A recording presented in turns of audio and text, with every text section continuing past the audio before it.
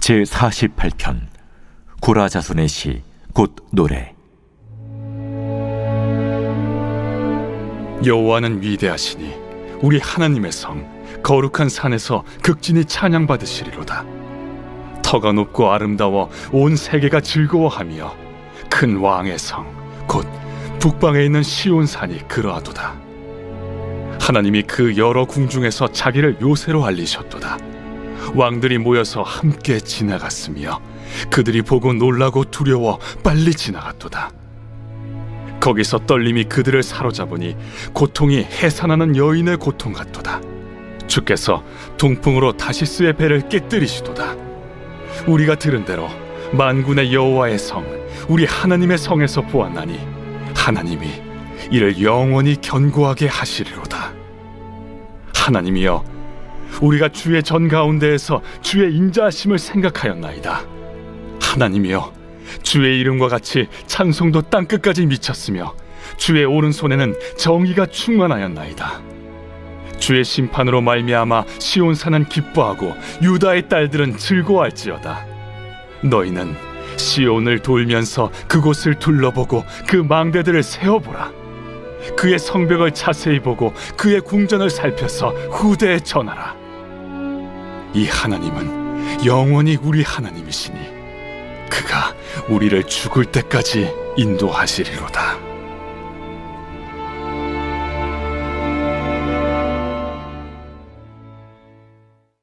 그럼 우리 한번 48편 살펴보도록 하겠습니다. 서론부터 보겠습니다. 시편은 총 5권으로 구성되어 있는데요. 제2권은 42편부터 72편까지 총 31개의 시로 이루어져 있습니다. 시편 2권은 4단락으로 이루어져 있는데요. 고라 자손의 시, 아삽의 시, 다윗의 시, 솔로몬의 시입니다. 우리는 고라 자손의 시를 보고 있는데요. 48편 어떤 내용일까요? 42편부터 47편까지를 간략하게 정리하면요.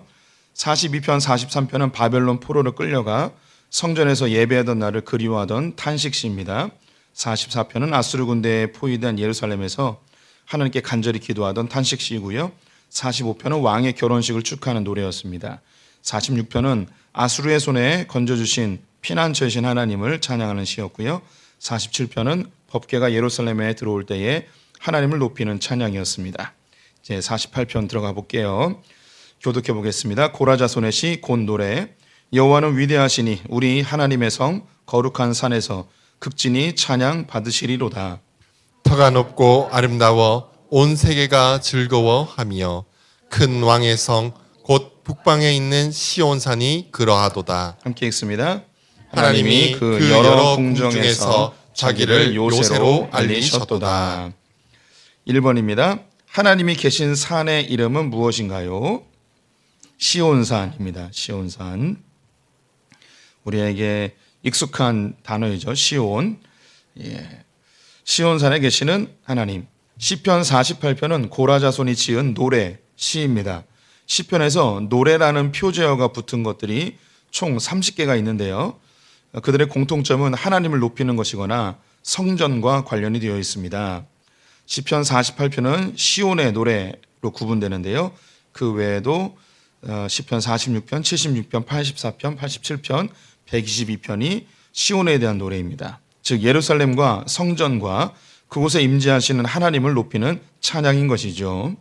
시편 48편의 배경은 언급되어 있지 않습니다. 가장 많이 지지를 받는 배경은 기원전 701년 히스기야 때에 아수르의 포위에서 하나님의 도우심으로 구원받았던 사건입니다. 이후 시편 48편은 유대인들이 장막절, 초막절을 기념할 때 불렀다고 하고요. 70인역에서는 표제어에 주의 이틀째라는 말이 더해져 있습니다.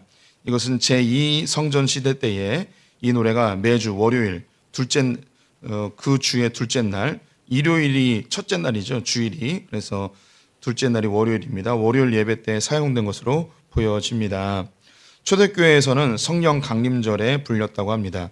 그 배경은 확정할 수는 없지만 처음 이 찬양을 불렀던 사람들은 예배를 드리러 올 때에 성전을 바라보며 노래하였음이 분명합니다.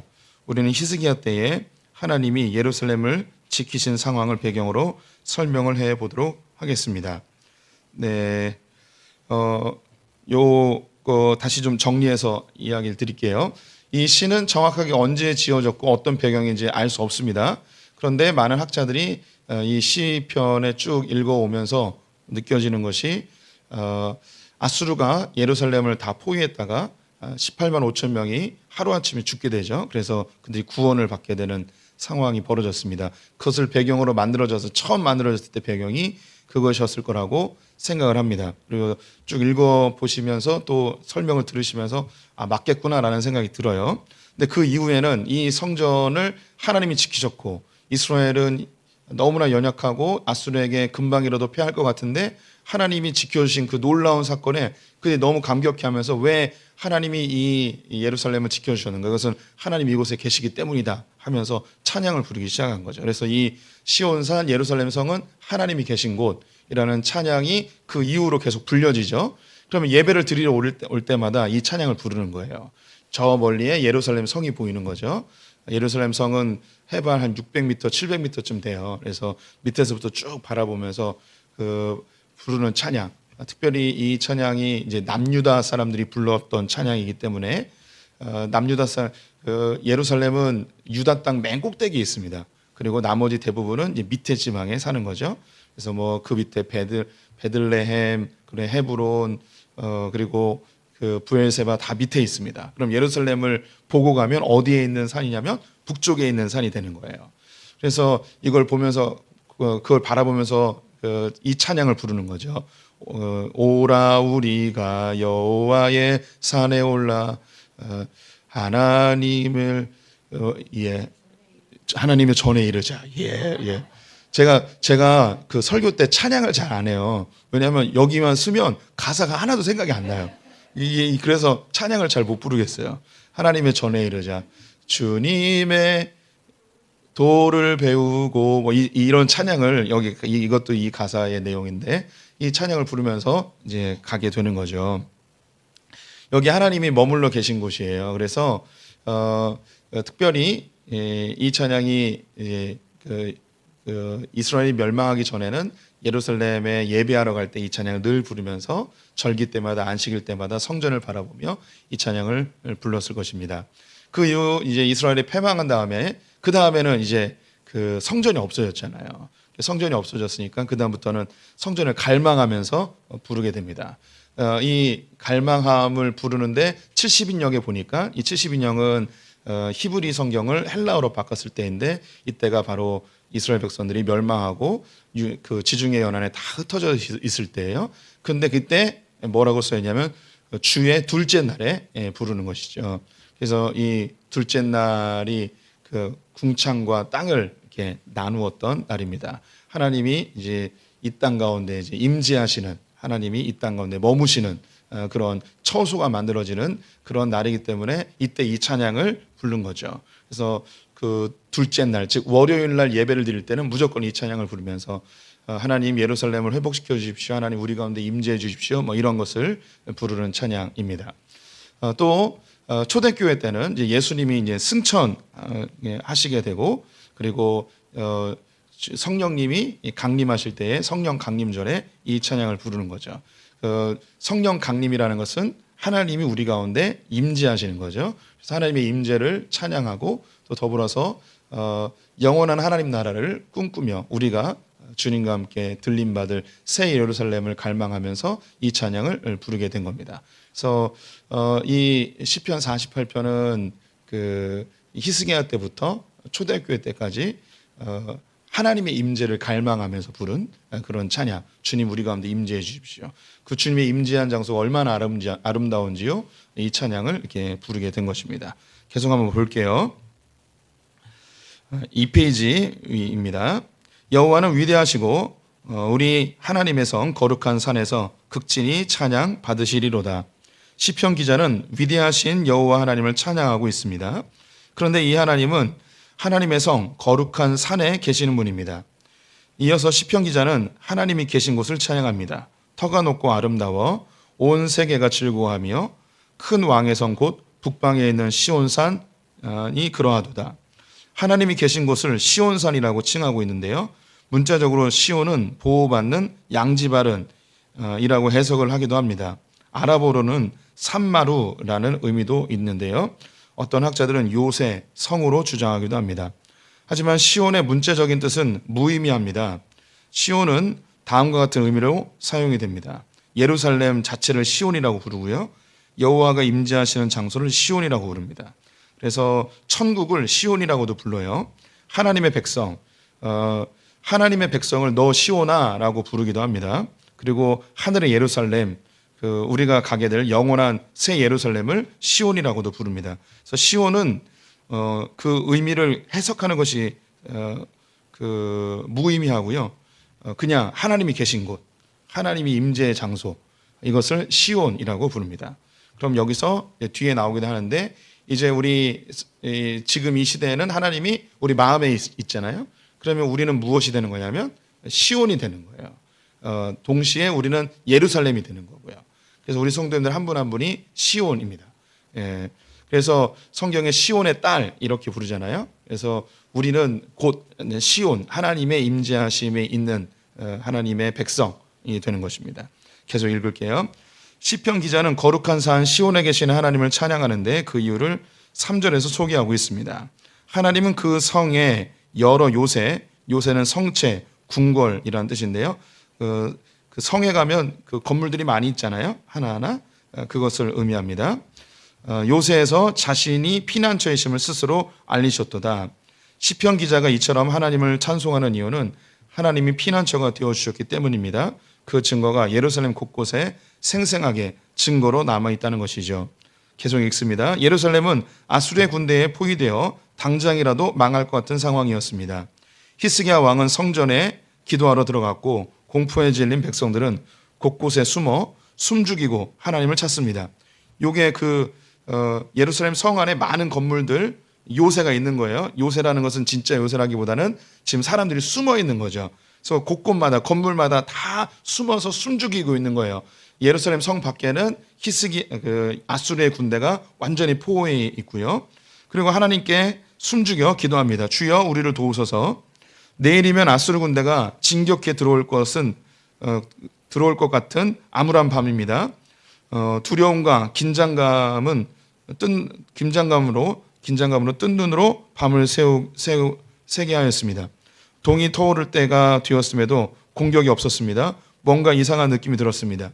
성 밖이 너무 조용합니다. 숨어있던 백성들이 하나둘씩 몸을 드러냅니다.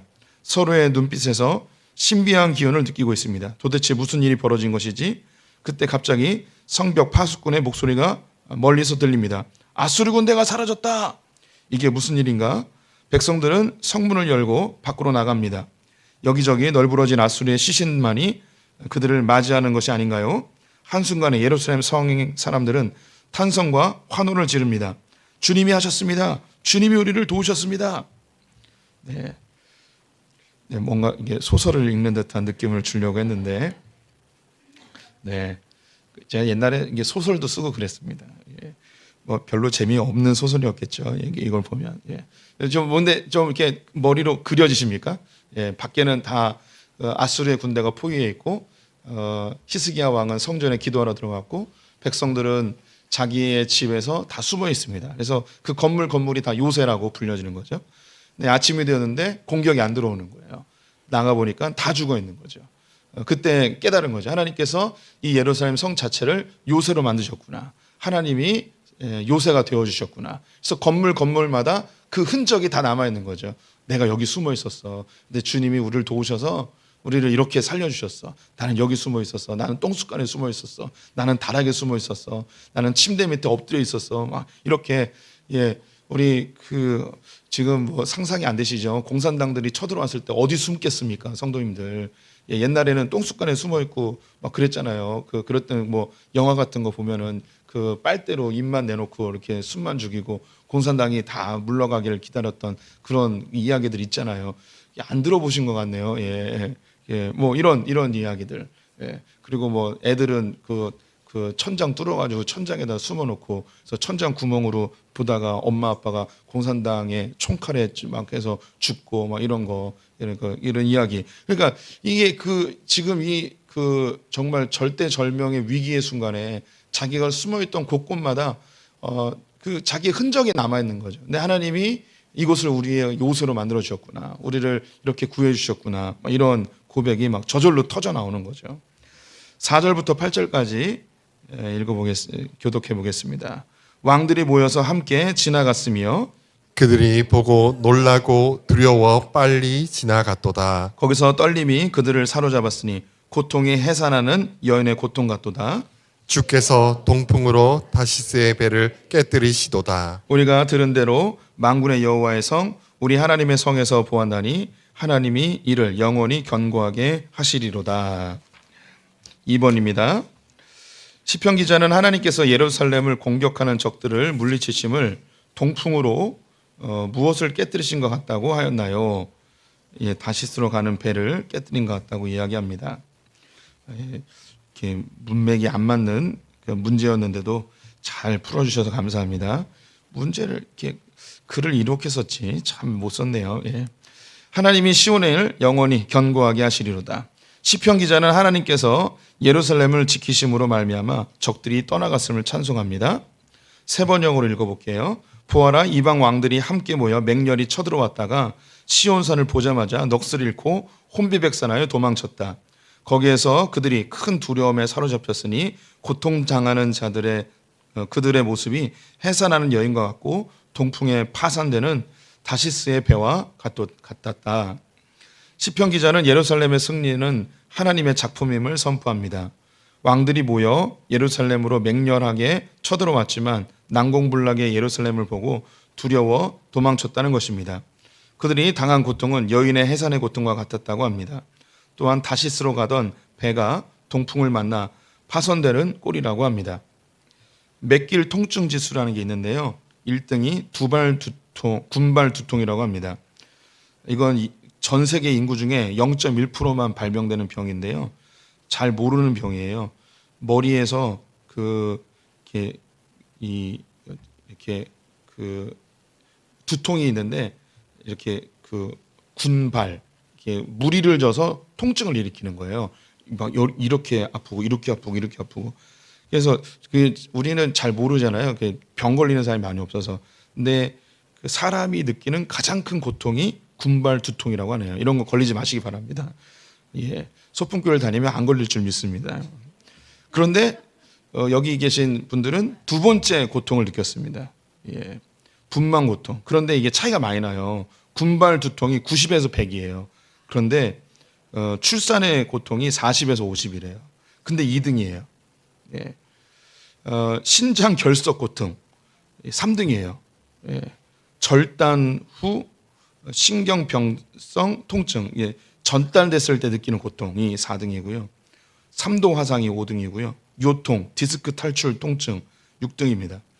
제가 이야기하고 싶은 것은 분만의 고통이 두 번째로 인간이 느끼는 고통이라는 거죠. 여기 계신 여성분들 삼가 위로의 말씀 드립니다. 위대하십니다. 저는 안 나봐서 잘 모르겠는데 진짜 아파요? 진짜 죽을 것 같아요? 무통주사 맞아도 아파요? 남자로 태어난 게 감사하네요. 네, 이렇게 당시에 이제 이 시편 기자가 쓸 수 있는 인간이 느낄 수 있는 가장 큰 고통을 뭐라고 표현한 거냐면 분만의 고통이라고 한 거죠. 그래서 예루살렘을 공격하러 왔다가 이 사람이 도망을 갔는데 그들의 고통이 분만하는 고통 같은 인간이 느낄 수 있는 최고의 고통을 느끼면서 도망갔다. 이렇게 표현하는 겁니다. 계속 읽으면 다시스는 당시 땅끝으로 여겨졌는데요.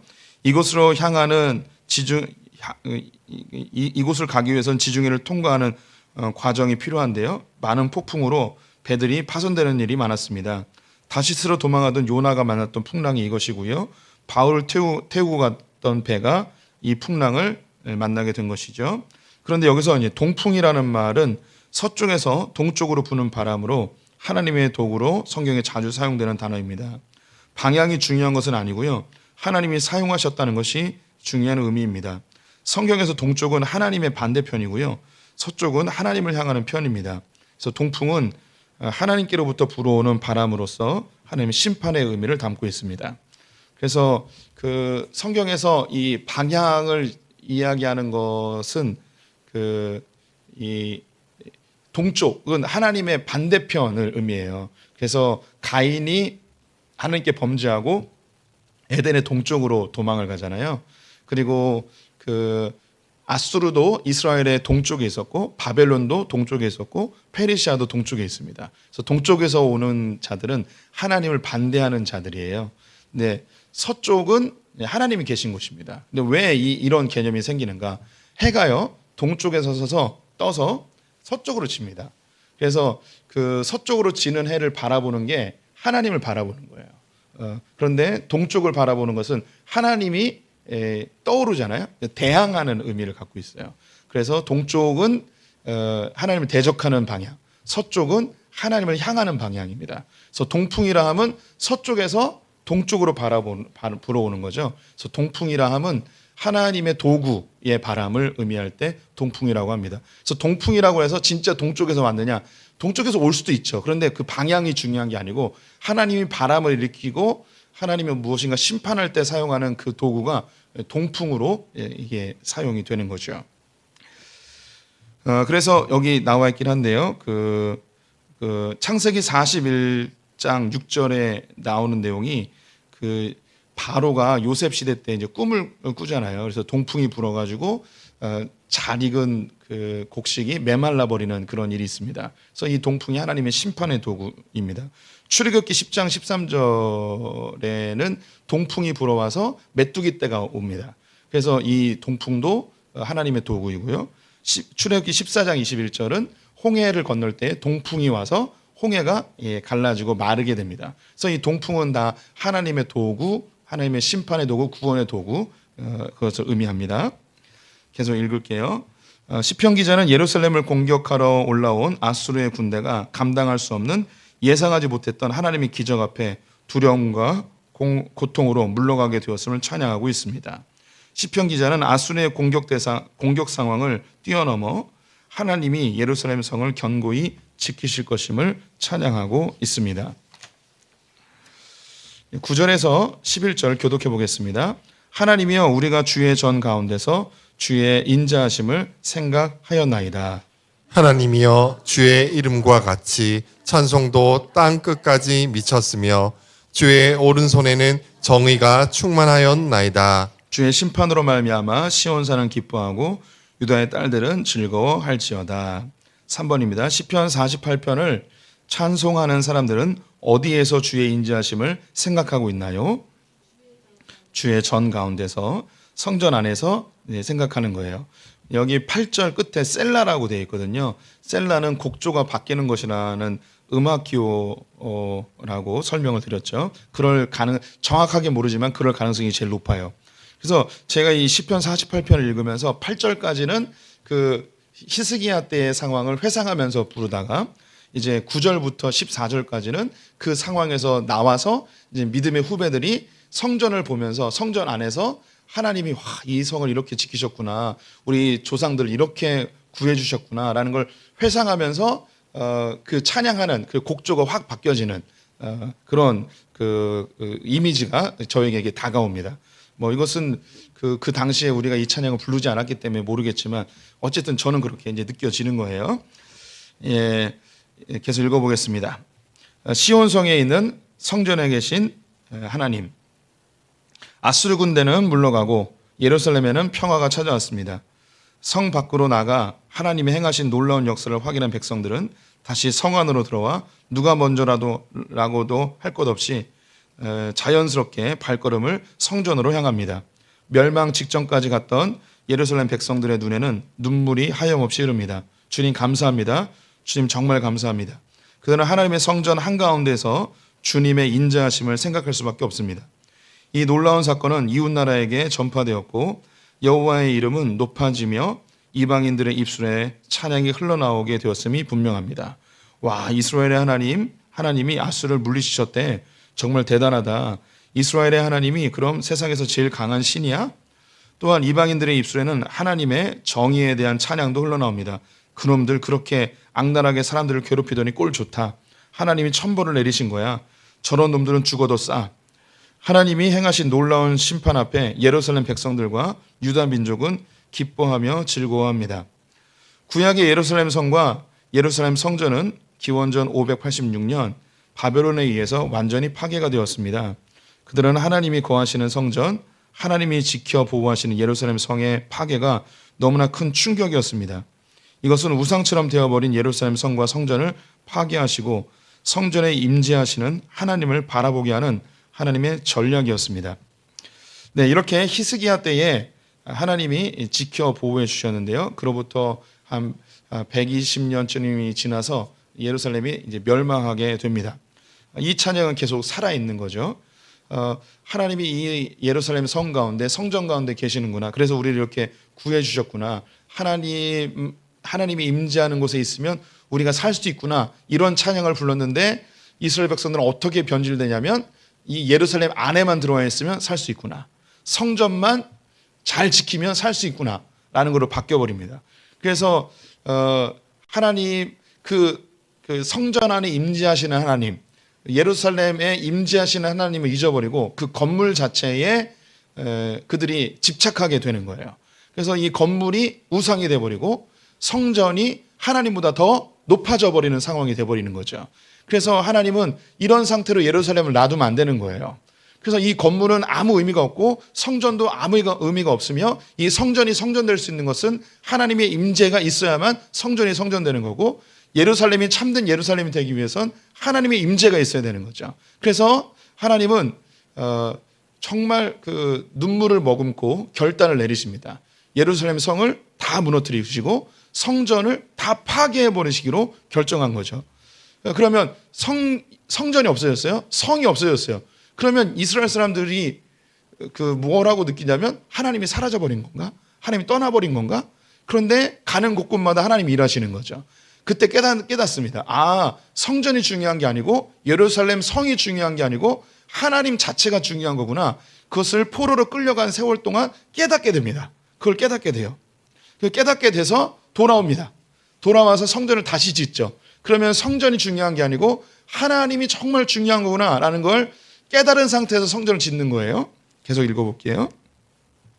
하나님은 예레미야 선지자를 통해 70년 만에 예루살렘 성전이 회복될 것을 예언케 하셨습니다.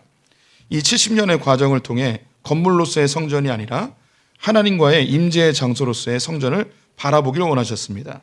결국 기원전 516년경에 제2성전 스룹바벨 성전이 완성이 되었습니다. 네, 이렇게 스룹바벨 성전이 지어져서 건물로서의 성전이 아니라 하나님을 갈망하고 주님을 사랑하는 성전으로 그렇게 잘 진행이 되면 좋을 텐데 사람은 뭐든지 다 우상으로 자꾸 만들기 때문에 또 다시 변질이 되기 시작합니다. 거기 그 그림 있죠. 솔로몬 성전이고요. 옆에 있는 건 헤롯 성전이에요. 그 규모에 있어서 어마어마하게 차이가 있죠. 이 헤롯 성전은요, 그 스룹바벨 성전을 확장한 것인데요. 계속 읽어볼게요. 이후 로마 시대에 유대 땅의 왕으로 즉위한 헤롯은 유대인들의 마음을 얻기 위해 성전 확장 공사를 진행하게 됩니다. 하지만 성전의 본래의 의미는 사라지고 다시 우상으로 전락해 버렸습니다. 제자들이 예수님께 얘기한 거예요. 선생님 보소서, 이 돌들이 어떠하며 이 건물이 어떠하니까.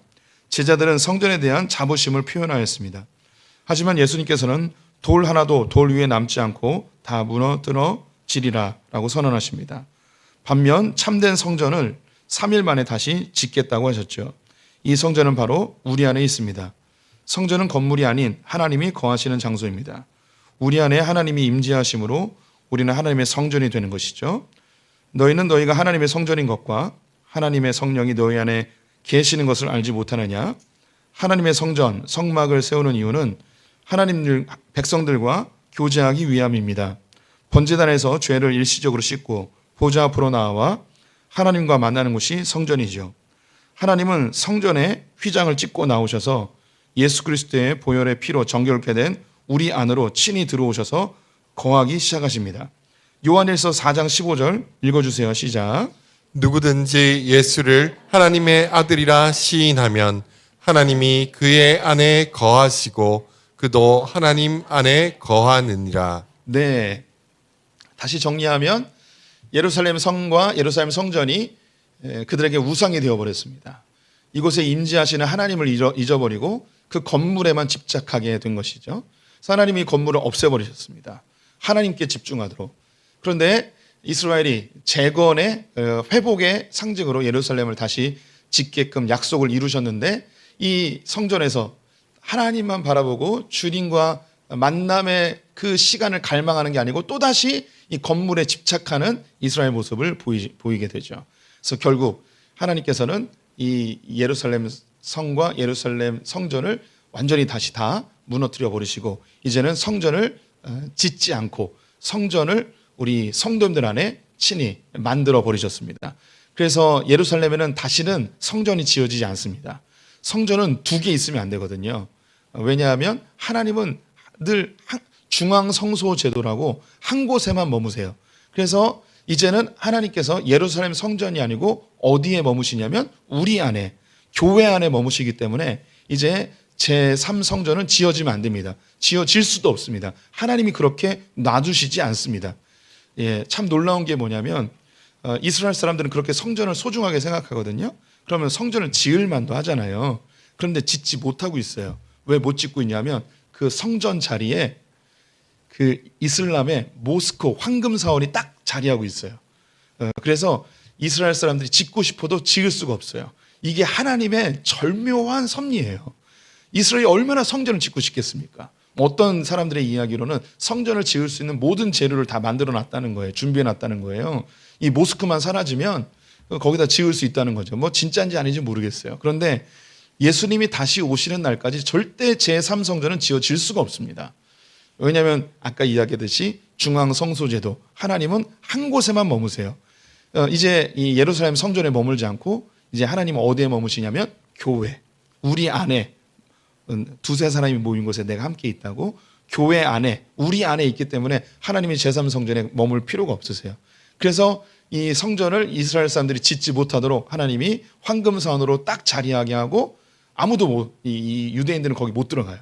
우리는 들어갈 수 있는데 유대인은 못 들어가요. 이렇게 하나님이 장치를 딱 마련해 놓으셨습니다.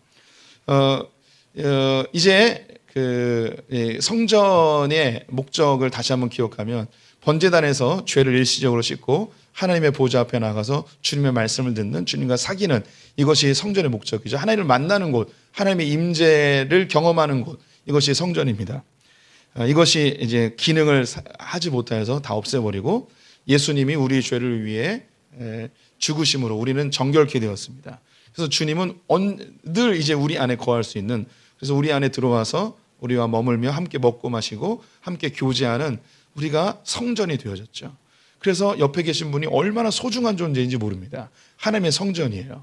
예, 우리 성도님들 누가 소풍교회 욕하면 어떻게 하시겠습니까? 뭐 기분 더럽겠죠. 그리고 싸대기를 날려버리겠죠. 예, 우리가 다니고 있는 교회를 욕해도 그렇게 열불나는데 하나님이 내 성전인 내 지체를 누가 욕하고 멸시하고 조롱하고 바보 천치 죽일 놈이라고 그러면 하나님이 어떻게 하시겠습니까? 예, 하나님은 가만히 있지 않겠죠. 하나님이 귀싸대기를 날리겠죠. 내 성전을 모욕하다니. 이런 거예요. 오늘 이 본문에 하나님의 성전을 공격하러 들어왔던 자들이 다 물러갔다고 하잖아요. 다 공포에 떨면서. 그러니 우리가 성전 되었으니 옆에 있는 지체들이 얼마나 소중하고 얼마나 위대하고 얼마나 하나님이 어여쁘게 보시는 존재인지 우리 성도님들이 아셔야 돼요. 그래서 이런 의미에서 옆 사람과 인사해 보겠습니다.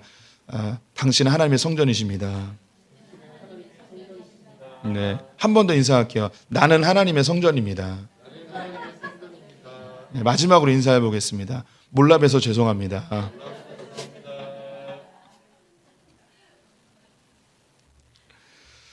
계속 읽겠습니다. 시편 48편을 찬양하는 이스라엘 백성들은 성전에 계시는 하나님을 찬양하고 있습니다. 아수르의 군대에게 42개의 주요 성읍을 한순간에 내어주고 예루살렘만 남은 상황이었습니다. 한순간에 다 멸망할 수 있는 절대절명의 상황에서 자신들이 할 수 있는 것은 아무것도 없음을 철저하게 깨달았습니다. 그때 하나님이 일해 주셨습니다. 성전이 중요한 것이 아니었습니다. 성전이 있는 예루살렘도 중요한 것이 아니었습니다. 그곳에 계시는 하나님이 주인공이셨습니다. 그들은 찬송합니다. 우리가 들은 대로 만군의 여호와의 성, 우리 하나님의 성에서 보았나니 하나님이 이를 영원히 견고하게 하시리로다. 우리는 죄인 중에 괴수이고 우리 힘으로 인생을 살아갈 수 없는 미약한 존재들이었는데 하나님께서 우리를 구원하셔서 이 세상에서 풍성하게 그리고 멋지게 살게 해주셨습니다. 또한 하나님은 우리 안에 거하십니다.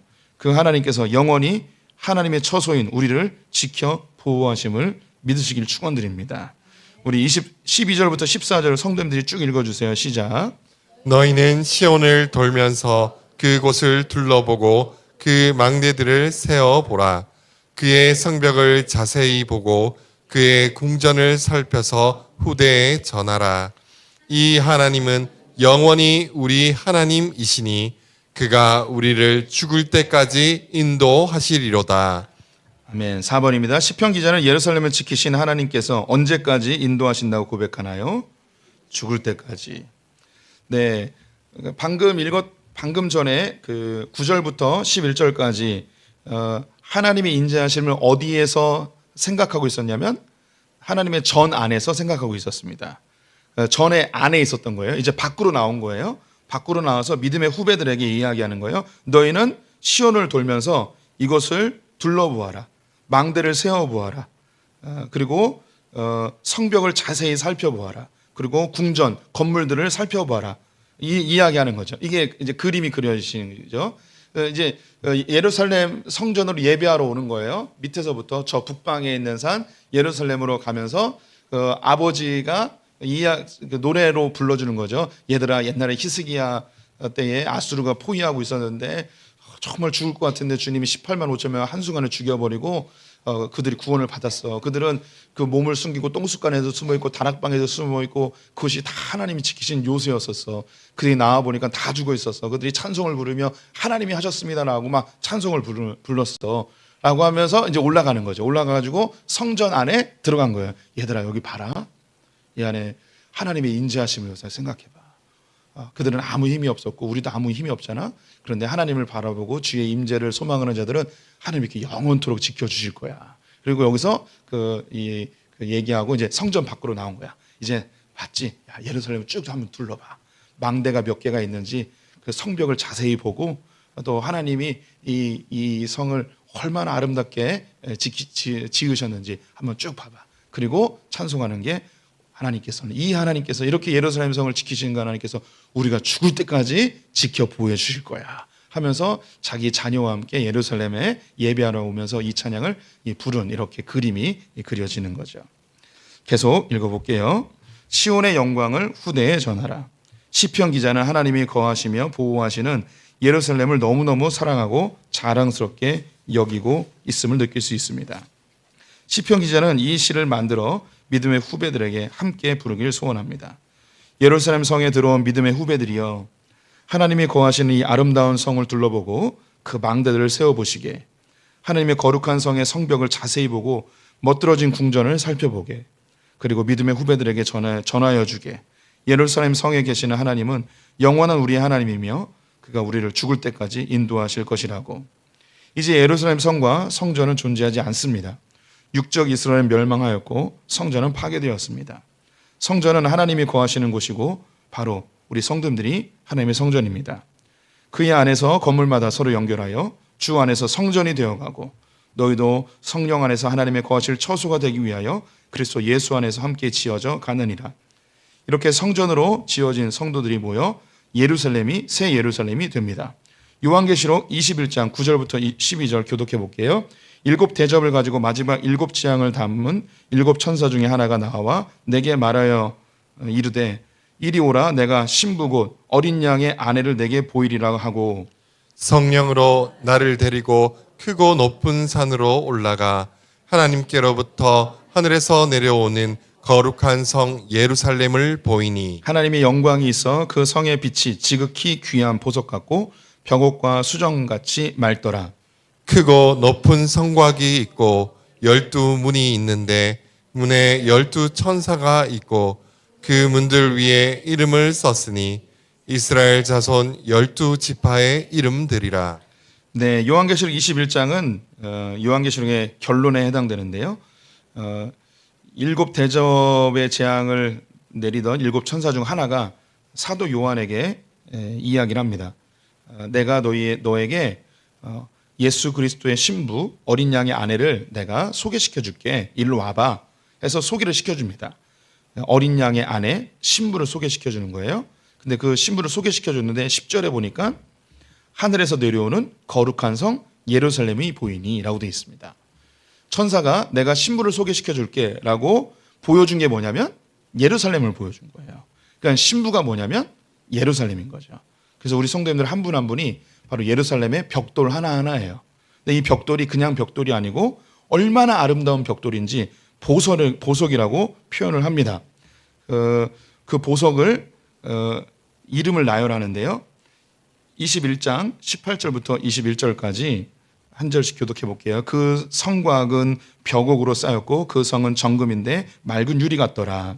그 성의 성곽의 기초석은 각색 보석으로 꾸몄는데 첫째 기초석은 벽옥이요 둘째는 남보석이요 셋째는 옥수요 넷째는 녹보석이요 다섯째는 홍만호요 여섯째는 홍보석이요 일곱째는 황옥이요 여덟째는 노곡이요 아홉째는 담황옥이요 열째는 비추옥이요 열한째는 청옥이요 열두째는 자수정이라. 그 12문은 12진주니 각 문마다 한 개의 진주로 되어 있고 성의 길은 맑은 유리 같은 정금이더라. 네, 구약의 예루살렘은 돌로 지었음에도 불구하고 아름다운 모습을 갖고 있었습니다. 그리고 믿음의 후배들에게 이 성벽을 보아라, 망대를 보아라, 이 아름다움을 보아라. 하나님이 이곳에 임재하셨고 이곳을 이렇게 아름답게 지으셨고 우리를 영원토록 지켜주실 거야라고 찬송했던 그 찬송. 그런데 우리 이 성전은 다 없어지고 우리가 성전이 되었고 우리가 새 예루살렘이고 우리가 하늘나라 가면 완성된 하나님 나라, 완성된 새 예루살렘, 우리가 완성된 모습으로 그곳에 가게 됐을 때 그 모습은 무엇인가? 돌로 지어진 성전과는 비교할 수 없을 만큼 아름다운 보석으로 장식되어진 그 예루살렘을 보여주고 있습니다. 이 보석 하나하나가 누구냐면 바로 우리 성도님들이에요. 이 보석은 그 예루살렘 성의 그 칸에 딱 맞게끔 들어가야 돼요. 이걸 조금 더 설명하면 구약에서는 성을 짓기 위해서는 돌이 필요하거든요. 돌을 산에서 뜯어옵니다. 이걸 뜨인돌이라고 그래요.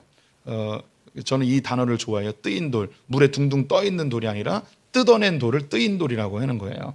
그런데 지금은 뭐라고 번역했냐면 손대지 않은 돌이라고 번역을 했어요. 뜯어내서 아직 손을 안 댄 거예요. 정으로 다듬지 않은 거죠. 이걸 뜯어서 옵니다. 그러면 성을 짓거나 성전을 지을 때 거기에 맞는 규격이 있을 거 아니에요. 길이 1m, 세로 50cm 뭐 이렇게 해서 이걸 다듬어야 되잖아요. 그걸 다듬는 거예요. 딱 다듬어 가지고 거기다 딱 알맞는 돌로 딱 만드는 거죠.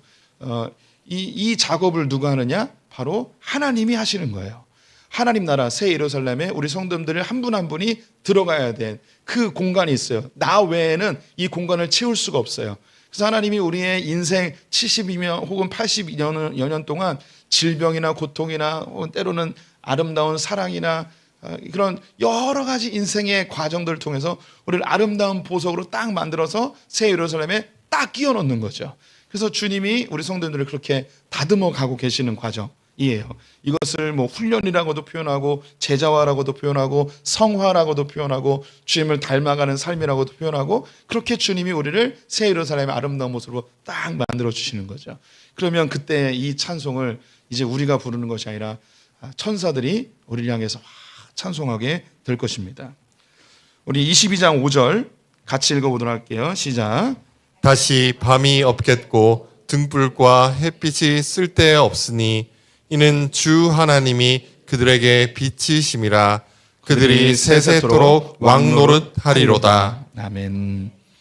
우리가 영원토록 저 천국에서 하나님 나라를 통치하고 다스리는 왕의 역할을 감당하게 된다는 거죠.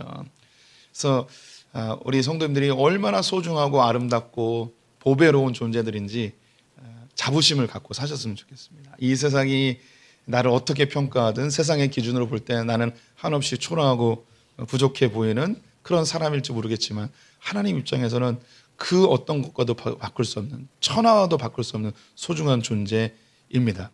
그 아수르 군대에 포위됐던 이스라엘 백성들을 한번 그려보세요. 세계에서 가장 강력한 나라가 와서 한순간에 쳐들어오면 다 멸망하는데 아무 힘도 없는 세상 사람들이 볼 때는 너무나 무기력해 보이는 그 예루살렘 사람들인데 하나님이 그들을 지켜 보호하심으로 세계에서 가장 위대한 민족으로 만드시는 하나님의 그 손길, 우리도 그렇게 높여 주실 줄 믿습니다. 하나님만 끝까지 붙드는 주님의 임재를 경험하는 성도들 되시기를 축원드립니다. 기도하겠습니다. 하나님, 우리가 새 예루살렘이며 주의 시온의 딸들입니다. 우리가 이렇게 존귀해진 것은 우리의 능력이나 우리의 잘남이 아니고 가장 위대하신 주님이 우리 안에 머무시기 때문임을 고백합니다. 주님, 우리에게 얼굴을 돌리지 마시고 늘 우리와 영원토록 함께하여 주시옵소서. 그 주님을 소멸치 않고 늘 동행하기를 즐겨하는 아버지 백성들 되기를 간절히 소망합니다. 하나님, 어서 오시옵소서. 그래서 이 험난한 세상에서 주님 나라 맛보며 영원한 천국을 빨리 누리길 원합니다. 주님, 그때까지 믿음 잘 지키는 소풍의 성도들 되기를 간절히 소망하며 예수님의 이름으로 기도드렸습니다. 아멘.